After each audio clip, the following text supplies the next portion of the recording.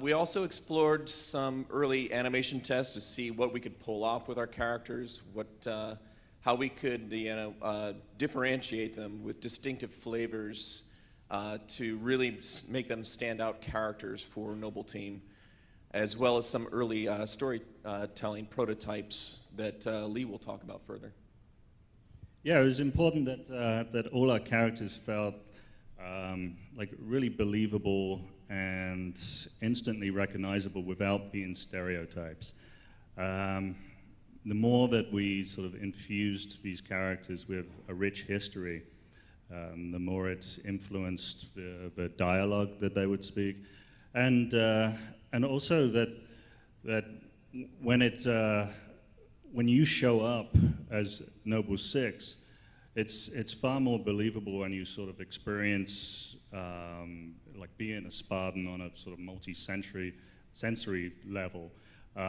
If you feel that their stories have been going on prior to your arrival. Yeah, if we look at some of the faces on these. Would you say that your goal was to create a Delta Force type team? A Delta Force type team. Yes, I believe that's what I like to say. All right. Yeah, you might not know this, but back in the early days, we talked a lot about Magnificent Seven and the Seven Samurai. And yes, originally there were 7 Spartans. Originally. Little trivia for you guys: Rosenda and Tom. Yes, were 2 of the Spartans that didn't make the cut, unfortunately. Rosenda was sassy. They're in the sequel. A sassy Spartan. Tom was a cowboy. So Lee, while all the visual explorations of the Spartans was going on, there's a lot more going on in terms of backstory and so on and so forth. You want to talk about that? Yeah, so we knew early on that we wanted to take the helmets off these Spartans, something that we hadn't done before.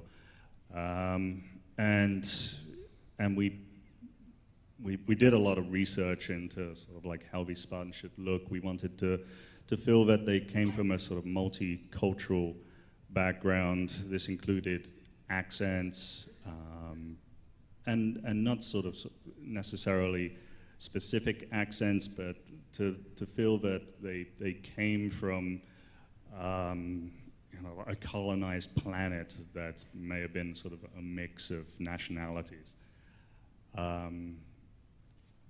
And really just enough history with scars. I mean, like Kat's arm. We barely touch on it within the game, but knowing that she has this injured arm that it may affect her personality, how she relates to others, and the more that we experience these characters relating to each other within the game, we kind of get more insight into what it's actually like to be a Spartan, to really sort of solidly ground ourselves with these characters. And throughout the game, we experience the drama unfolding as these characters are experiencing it.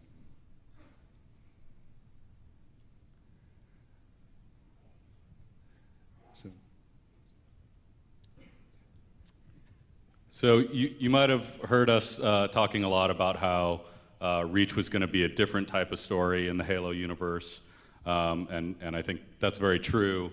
I know, Lee, do you want to talk about some of the principles behind that made it a different story for us? Yeah, it was definitely a much different tone. We really wanted to focus on this team and kind of, as I said, experience it as they're experiencing it. Sort of more like as if we've embedded with this Spartan team.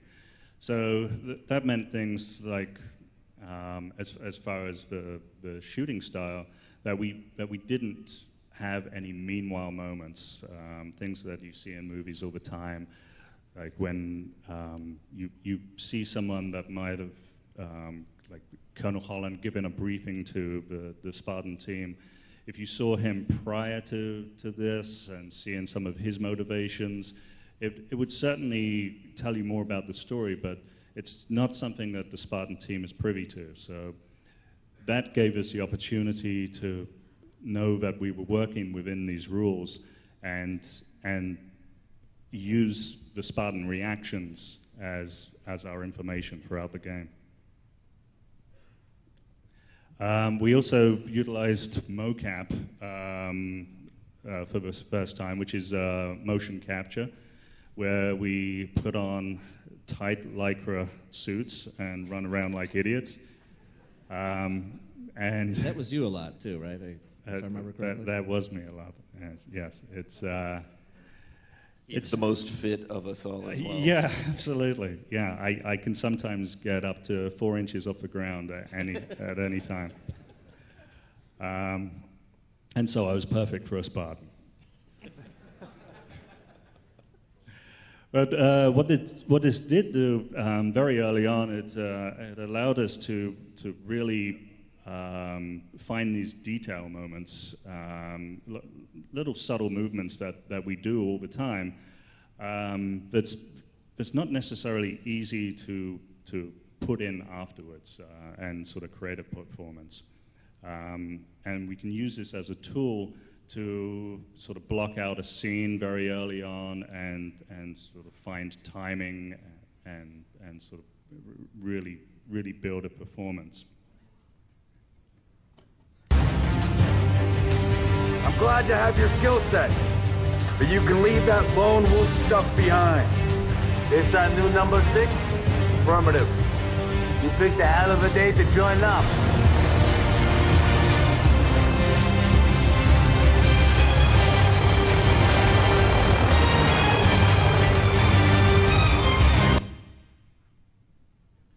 I think back in the early days, one of the things that was really interesting is we brought mocap in to support the gameplay animation team, and cinematics wasn't even sure how much you guys were going to use it at all. And then by the end of the project, I mean, it was a core part of your process. Yeah, that's right. I mean, we're a little gun shy as far as mocap was concerned because it's easy to go in there like without a plan, like just figure, yeah, if we run around enough, then we'll probably figure it out as we go along. But we went in there sort of really using it as a tool, sort of understanding exactly what we were going to shoot, which gave us the freedom of improvisation and that kind of thing, and like finding the performance. In a lot of our shots, we also captured the camera. So what we would find is we would have all the blocking, have all our characters interacting, and then play that back and shoot it as if the cameraman was really there. Things that we discovered with that was you may have a camera position and have one of the characters literally step in front of the camera. So in a real environment, the cameraman would simply move. That's a little detail that you just wouldn't put into blocking out animation. Like, you wouldn't think to do that. So it really sort of created a sense of reality. Do you guys want to talk a little bit about facial animation as well? Yeah, early on when we started off, I was like, I sat down with the animation department and with Lee, and I said, listen, we got to really focus on bringing the character performances up a few more notches from what we've done in the past, because we did a pretty decent job in the past, but we really needed with Noble Team to bring these characters to life, to really make their facial animations work very well with the dialogue that they're speaking, and to really pull off a performance that was far more believable than anything we've done in the past. So we definitely explored new tech altogether that allowed us to pull this off, and capturing actors' facial expressions and mapping that directly onto the models. Commander? Only the parts that weren't covered in black ink.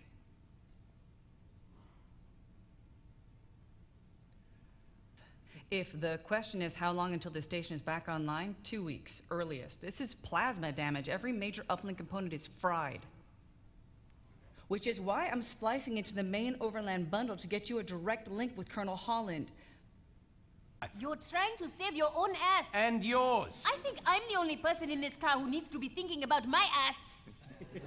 Thanks for saving me for like 3 minutes. Yo. So that was there were two experiments we were doing there. First was just to see how the animation would work with the actor actually speaking, and then with the actor in that last part was what we call face-over, where the actor is listening and matching some other actress's speech, that was from ODST.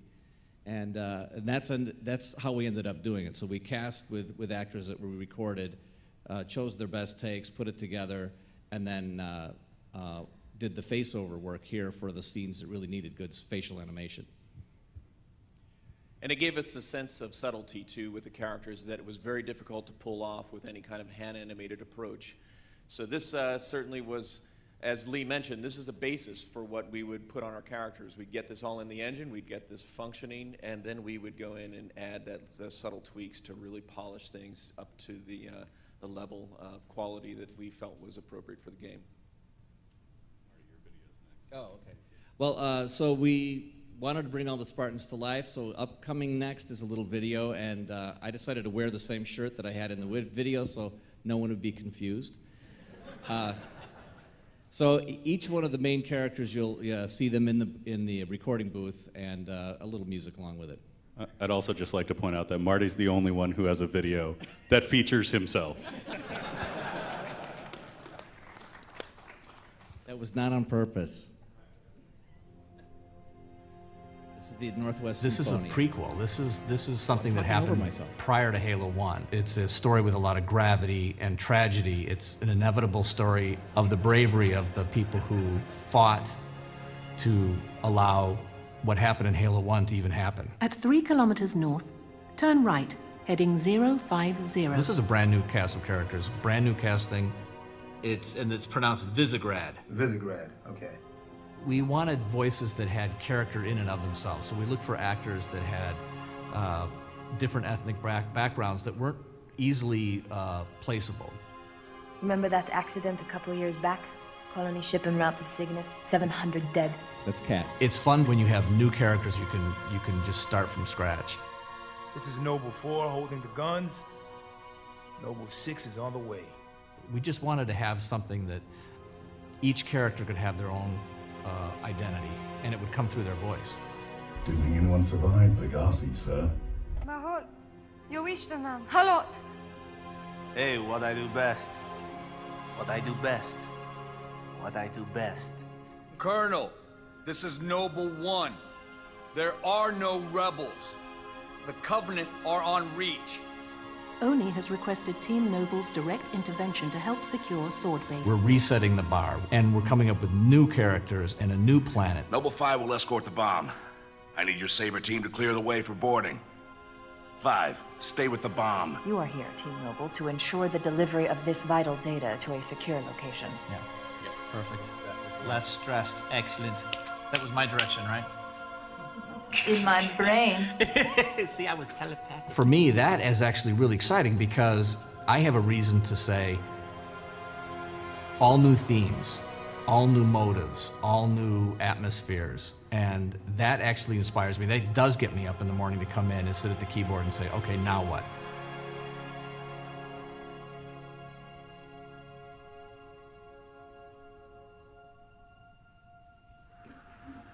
Keep everything, obviously, right?